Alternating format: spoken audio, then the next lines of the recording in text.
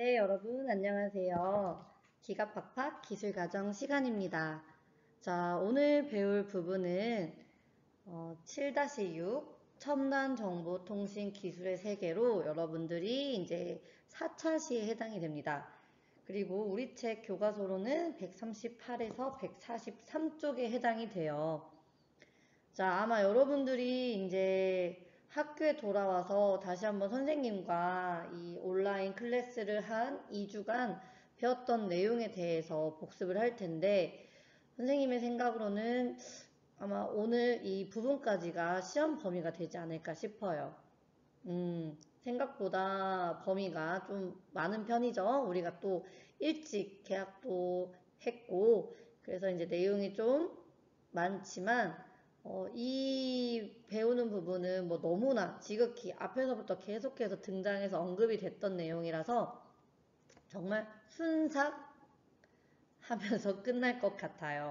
자, 집중하면서 같이 함께 공부합시다.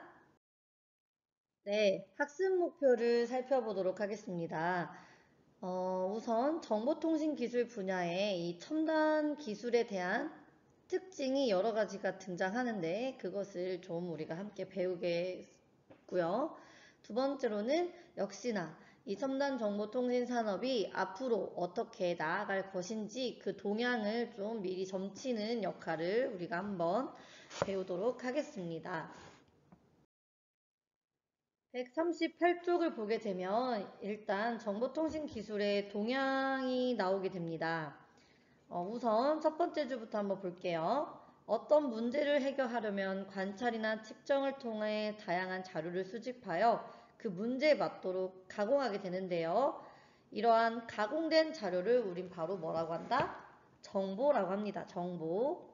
우리가 알고 있는 이 정보 등은 다양한 자료를 그 문제에 맞도록 가공시킨 자료를 의미하게 되죠. 자, 이 정보를 멀리 떨어져 있는 컴퓨터를 통해서 이 전송 매체로 연결을 하게 되면 그 정보가 송수신을 하면서 다른 사람과 공유를 하게 됩니다. 자, 이 공유하게 되는 것을 우리가 바로 정보통신이라고 하는 거죠.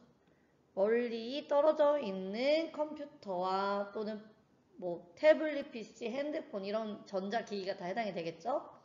이 전송 매체를 통해서 송신과 수신이 가능하게 되고 둘 이상의 사람이 함께 공유하게 되는 것이 바로 이 정보통신을 통해서 이루어지게 됩니다. 이런 기본적인 의미를 먼저 살펴보았습니다.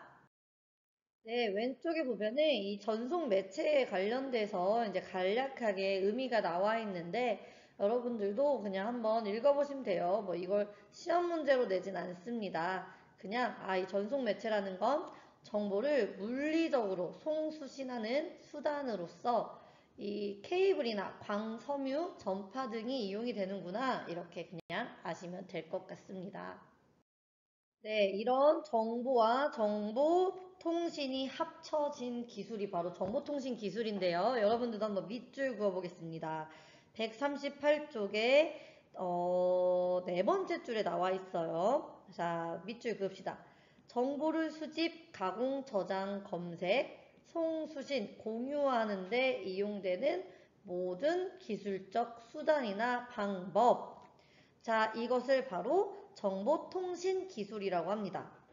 자, 이 정보통신 기술은 우리가 알고 있는 이 정보기기 장치, 스마트폰, 태블릿 PC, 스마트 TV, 내비게이션 등에 이용이 되고 있고요. 그 종류도 점점 다양해지고 있습니다. 특히 오늘날에는 이 정보통신이 더욱더 발달을 해서 자, 사물 인터넷이나 빅데이터, 클라우드 컴퓨팅, 그 다음에 스마트폰이 너무나 보편화됐죠? 자, 이 관련 내용을 이제 139쪽부터 살펴보도록 하겠습니다. 네, 이 사물 인터넷은 일단 우리 주변에 있는 모든 사물에 센서를 부착하게 됩니다. 이 센서를 통해서 우리는 인터넷이 연결이 되고 이로 인해 서로 정보를 주고받게 되는 이러한 지능화된 서비스를 제공하는 기술을 바로 사물 인터넷이라고 하는 거죠. 자, 매우 중요합니다. 이 사물 인터넷은 이 프록터 앤드 갬블 회사에서 케빈 애시턴이라는 사람이 1999년 이 전자태그를 연구하면서 그 용어를 처음으로 붙여서 사용하게 되었다고 해요. 그래서 이 사물 인터넷은 아무래도 4차 산업혁명을 주도하고 있고, 예를 들어서 우리가 그림과 같이 뭐 여행 중에 이 스마트폰으로 접속을 해서 이 집에 연결되어 있는 카메라를 통해서 내가 이 애완견을 마주 볼 수 있고요. 더불어 먹이를 줄 수 있는 이런 것들이 작용이 될 수도 있겠죠. 요즘은 뭐 반려견에 대한 우리의 뭐 여러 가지 가치가 많이 높아졌기 때문에 이런 사물 인터넷으로 이런 지능화된 서비스를 제공할 수 있다고 볼 수 있겠습니다. 네, 다음으로는 빅데이터인데요. 여러분 책에서는 세 번째 단락이 되겠습니다. 한번 밑줄 그어볼까요? 자, 빅데이터란 공공부문, 기업, 소셜미디어, 각종 센서 등을 통해서 아주 방대한 데이터를 분석하고 그 이상 현상을 감지한다거나 또는 미래를 예측할 때 이용할 수 있는 기술을 의미하게 돼요. 자, 특히 이 데이터를 실시간으로 이용하고 효율적인 결정을 내릴 수 있는 이런 정보통신 기술 시스템이 생겨났기 때문에 아무래도 이런 빅데이터를 분석하는 그러한 새로운 지식을 만드는 데 이용이 되고 있고, 우리가 특히나 이제 이상현상 잘 되다가도 이상현상을 빅데이터로 거칠 수가 있게 되는 거죠. 그리고 미래도 예측할 수 있기 때문에 아주 중요합니다. 한 가지 예로 이제 보면 심야 시간대 휴대전화 통화량 데이터를 분석하여 심야 버스 노선과 요일변 운행 시간을 정할 수 있대요. 그러니까 아주 많은 사람들의 스마트폰 통화량 데이터를 전체적으로 분석을 해서 그와 관련된 노선이나 운행 시간대를 정하는 데도 이런 빅데이터를 이용할 수 있게 됩니다. 자, 세 번째로는 클라우드 컴퓨팅입니다. 자, 클라우드라는 서버 처리, 저장이죠. 우리 네이버에도 있고요. 뭐 아이폰에도 있고 뭐 여러 가지 저장 매체로 우리가 많이 인식을 하고 있는데, 클라우드 구름과 같지만 이런 것들은 저장된 정보를 각종 개인정보 기기, 전자기기를 통해서 공유할 수 있는 기술이 돼요. 언제든지 아이디 비번만 들어가면 내려받을 수 있게 되는 거죠. 사진이 될 수 있고 동영상도 가능하고요. 문서, 뭐 엑셀, 이런 PPT 자료, 이런 모든 것들이 다 이런 저장된 정보로 내가 언제든 뭐 휴대용 USB가 아니더라도 아이디 비번만 알면 각종 전자기기를 통해서 이 클라우드를 받아서 내가 원하는 서비스를 이용할 수 있는 그런 기술을 클라우드 컴퓨터라고 합니다. 그래서 선생님도 뭐 인스타나 블로그 이런 것들을 이용할 때 사실 뭐 예를 들어 아이폰 선생님은 지금 27GB거든요. 그러면 정말 뭐 어플 몇 개만 받아도 금방 차는 저장 용량인데, 이런 클라우드 같은 데에 계속 저장을 해요. 그리고 이제 앨범은 당연히 계속 지우는 이런 것을 하다 보니까 27 기가바이트여도 상당히 3년 이상 쓰고 있습니다. 이제 아마 내년쯤은 새로 바꾸려고 하는데, 그래도 이런 클라우드 컴퓨팅을 이용할 수 있기 때문에 내가 원하는 그런 정말 다양한 사진, 영상 이런 것들을 저장할 수 있는 이런 컴퓨터 기능이 있다라는 것이죠. 네, 마지막으로 뭐 우리에게 정말 없어서도 안 될, 있어서 너무 좋고 없으면 안 되는 이 스마트폰입니다. 스마트폰으로 사실 못할 수 있는 게 뭐가 있을까 고민했는데 뭐 거의 없을 정도예요. 일단 통화나 쇼핑, 금융, 소셜미디어, 내비게이션, 각종 가상현실 등 각종 분야에서 매우 활용이 되고 있고, 심지어 이제 헬스케어까지 지금 다 되는 기능이 되고 있죠. 정말 통합적인 서비스가 많이 되다 보니 사실 우리가 이 스마트폰의 역기능을 말 안 할 수가 없어요. 그만큼 현대인이 이 스마트폰에게 지나치게 몰두되어 있다 보니 중독 현상 또는 스마트폰 금단 현상까지 나타나고 있다고 합니다. 아마 여러분들이 더 잘 알 텐데 항상 특히 이 스마트폰은 뭐 디터우족이라는 게 있어요. 여러분들도 그러신가요, 혹시? 스마트폰에 정신이 팔려서 항상 길을 다닐 때 고개를 숙인 채 다니는 사람들이 이 현대 사회에서는 매우 많아요. 그래서 뭐 정말 뭐 넘어지기는 다수고 정말 이제 위급한 뭐 물에 빠진다거나 맨홀 뚜껑이 열려 있는데 그걸 감 못하고 그냥 뭐 그대로 빠진다거나 사고가 나는 위험이 크다고 합니다. 그러니까 이 스마트폰도 어느 정도 우리가 대체적으로 이제 손에서 못 띄는 친구들도 있는데 이제 그렇게 하면 정말 우리가 너무 생활이 피폐해지고 너무 이제 가상현실에만 몰두하기 때문에 이제 여러 친구들과 함께 소통하고 뛰어놀고 이런 것들이 정말 필요하지 않나 그런 생각을 좀 하게 됐습니다. 여러분도 어떠신가요? 선생님도 약간 중독이긴 한데 한 일주일에 리포트 돼서 내가 얼마만큼 스마트폰을 몰두해서 쓰나 봤더니 진짜 거의 저도 한 5시간 되더라고요. 뭐 거의 자기 전까지 막 이렇게 본다라는 거죠. 그래서 늘 반성하고 있습니다. 그래서 조금씩 그 시간을 단축하고 있어서 저번 주 일요일 날 왔을 때에는 4시간 반으로 줄였어요. 평균적인 시간을. 여러분들도 처음은 어렵겠지만 조금씩 줄여나가는 그런 습관을 좀 잘 들였으면 좋겠습니다. 네, 140쪽을 살펴보면 뭐 지식 더하기에 이 현실에서 구현된 영화 속 정보통신 기술이라고 해서 영화 속 기술과 정말 이게 현실에 구현이 된 기술로 이렇게 나온 것들이 있어요. 그래서 여러분들도 이런 로봇이 예전에는 뭐 영화 속에서만 나온다라고 했지만 지금은 정말 가정용 로봇이 식사를 준비할 수도 있고 음식도 뭐 설거지도 그리고 이런 개인용 로봇이 등장을 곧 할 것이다 라고 지금 예측을 계속 하고 있죠. 예상도 하고 있고 개발 중이기도 합니다. 이렇듯 점점점 이 정보통신 기술이 급속도로 날로 발전하고 있죠.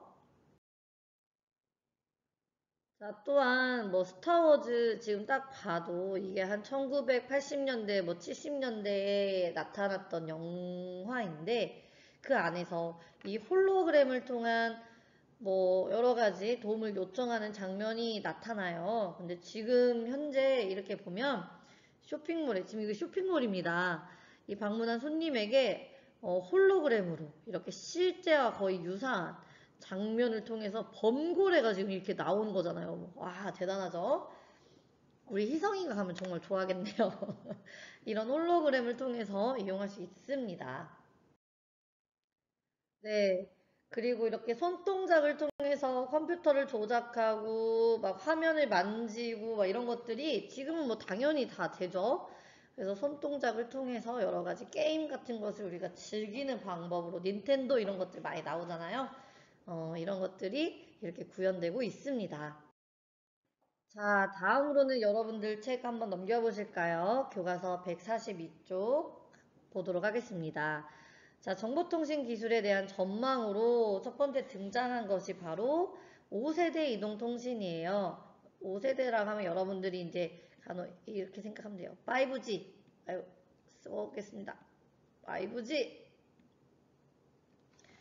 자, 지금 우리는 4G 이동통신을 이용하고 있어요. 그래서 이 4G 이동통신보다 5세대, 5G로 이용하게 되면 이 LTE에 비해 200에서 1000배 정도 빠르다고 합니다.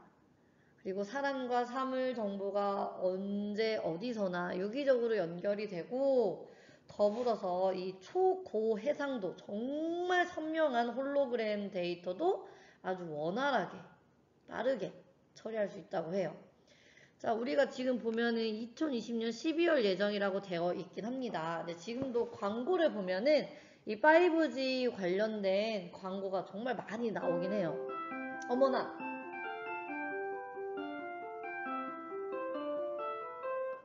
종이 쳤네요. 선생님이 지금, 사실 지금, 창트 시간이에요. 창트 시간에 지금 빈 강의실, 프론티어실, 여기 처음 왔는데 불도 못 켜고, 불이 어떻게 켜는 거죠?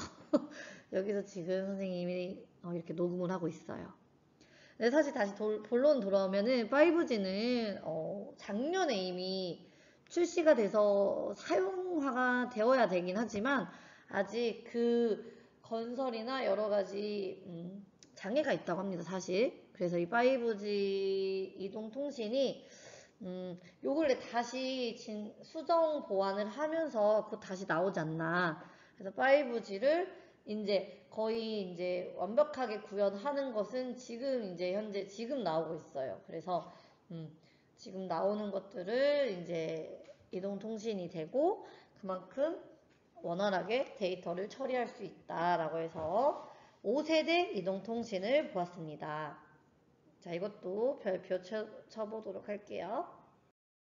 자, 두 번째로는 3차원 증강현실인데요. 자, 이 증강현실은 여러분들이 뭐 더욱 더 잘 알 것입니다. 현실 세계의 가상의 정보를 합성한 다음에 가상의 정보가 실제 존재하는 것처럼 보이게 하는 기술이에요. 증강현실. 그래서 얘는 그 초고 해상도 홀로그램과 이 3차원 방식을 통해서 가능하게 되고 뭐 영화나 스포츠, 모의 훈련 등 아주 다양한 분야에서 활용을 하고 있습니다.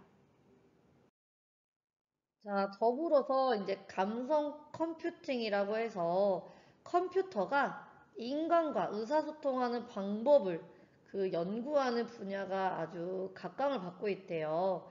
그래서 인간의 아주 다양한 감정들이 있잖아요. 이것을 컴퓨터가 평가를 하면서 이 사람이 부정적인 감정을 좀 억제하고 줄여줄 수 있도록 컴퓨터가 그 기능을 할 수 있다고 합니다.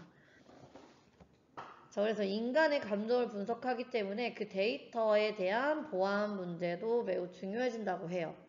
그래서 이런 감성 컴퓨팅이라는 게 또 등장을 할 예정이고요. 자, 마지막으로 생체 인식과 관련된 보안 내용입니다. 생체 인식이라고 하는 게 영어로 여기 나와 있는 것처럼 바이오메트릭입니다.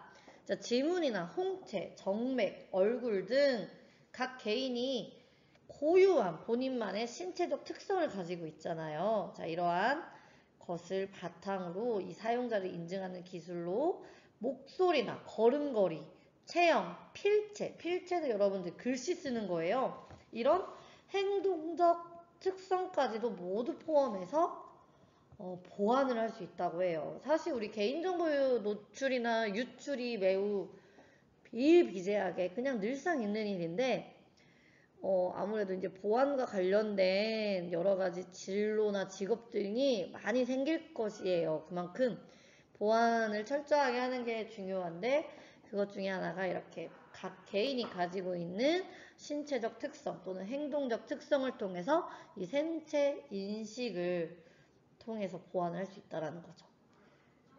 자, 하지만 늘 말하지만 역기능이 있습니다. 항상 단점이 있기 때문에 말 그대로 생체 정보가 유출되면 정말 안 되겠죠. 그리고 이게 인권 침해 등의 문제점이 나타날 수 있기 때문에 이와 관련된 것도 보완을 하면서 대책을 세우면서 개발을 해야 하지 않나 이런 전망을 보고 있습니다.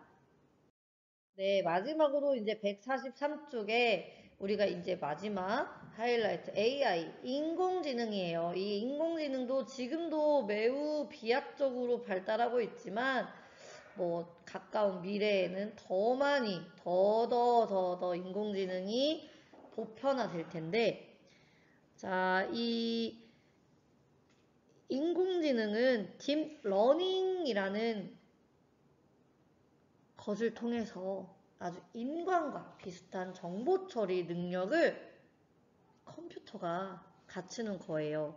그래서 스스로 느끼는 그런 강한 인공지능으로 발전할 수 있도록 한다고 합니다. 그래서 우리가 이 프로 바둑 기사와 대국하는 AI 인공지능 바둑 기사 있었죠? 향후 인간의 감성과 정서까지도 갖는 인공지능이 개발될 것으로 예상이 됐다고 합니다. 정말 이 인공지능이 정말 이렇게 인간과 거의 유사할 정도로 컴퓨터가 될 수 있다라고 하는데 정말 한편으로는 좀 무섭기도 해요. 그래서 이런 것들이 이제 보편화된다면 정말 우리 인간이 설 자리가 있을까라는 생각도 하는데 그만큼 기술이 너무나 발전했다라는 걸 우리가 지금 좀 체감을 하셔야 해요. 자, 그렇다면 딥러닝이라는 게 무엇이냐? 뒤에서 한번 볼까요? 네, 딥러닝이란 사람의 사고방식을 기계에 가르치는 학습 방법으로 이 컴퓨터가 스스로 훈련하면서 패턴을 찾아내는 그러한 분류하는 방식을 의미하게 됩니다. 그래서 컴퓨터의 장면 처리, 음성 인식, 자연어 처리 등의 이런 각 분야에서 적용이 될 예정이라고 해요. 자, 그래서 인공지능이 그만큼 진화가 된다면 정말 향후에는 아까도 말했지만 감성과 정서까지 갖춘 인공지능이 개발될 것이라는 거죠. 자, 조금 매우 위험하긴 하겠지만 이만큼 개발될 수 있고 첨단 기술, 정보통신 기술이 정말 발전을 많이 하고 있구나. 이걸 좀 한번 깨우칠 수 있었습니다. 자, 드디어 이 7-6 정보통신 기술의 세계에 대해서 우리가 함께 배웠는데요. 한 약 21분 정도 지나갑니다. 뭐 내용은 크게 중요한 내용도 있었고, 우리가 뭐 늘 들었던 얘기들이 나왔었는데, 그렇게 어렵지는 않았을 거예요, 개념 자체가. 그래서, 여러분들이 그래도 한 번씩 쭉 교과서를 살펴보면서 보게 되면 정말 이해가 잘 가실 겁니다. 자, 다음 시간에 우리가 아마 한 차시를 더 마지막 5차시까지 볼 것 같긴 한데, 차시해고를 할게요. 5차시일 것 같고, 8-1 첨단기술 문제 창의적 해결 부분이 들어갈 것 같아요. 하지만 시험 범위는 아까도 말했듯이 7-6 첨단 정보통신 기술의 세계까지이지 않을까. 그건 다시 여러분들이 등교를 하시면 한번 또 보도록 하겠습니다. 자, 지금까지 매우 수고 많으셨고 우리 조금만 있으면 만나게 되니까 여러분들 건강관리 잘 하시고요. 수고하셨습니다. 이상입니다.